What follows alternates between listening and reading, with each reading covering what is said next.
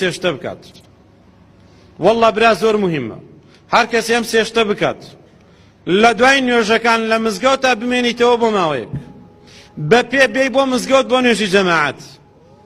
هەرچی کاتێ دەستنوێژگرتن کاتی دەستنوێژگرتن بوو ساردە گەرمە ئەو هەیە نییە تااقەتت هەیە نییە هەڵ بدە دەستنوێژەکە تازەکەرەوە. ئازانی چی دەبێت ئازانی چی دەسەکەوێت. ومن فعل ذلك عاش بخير ئەوە بەخۆشی دەژی ژیان و گوزرانی لە دنیادا خۆشە بێت. وماتە بخەیرین و بە خێر و خۆشیش دەمرێت.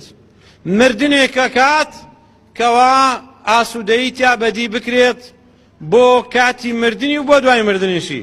وكان من خطيئته كيوم ولدته أمه لە ئاست تاوانەکانیدا وەکو ئەو ڕۆژە وایە کە لەدایک بوو بێت یعنی تاوانی لەسەر نامێنێت ژیانی خۆشە بێت مردن و پاش مردنیشی باشە بێت.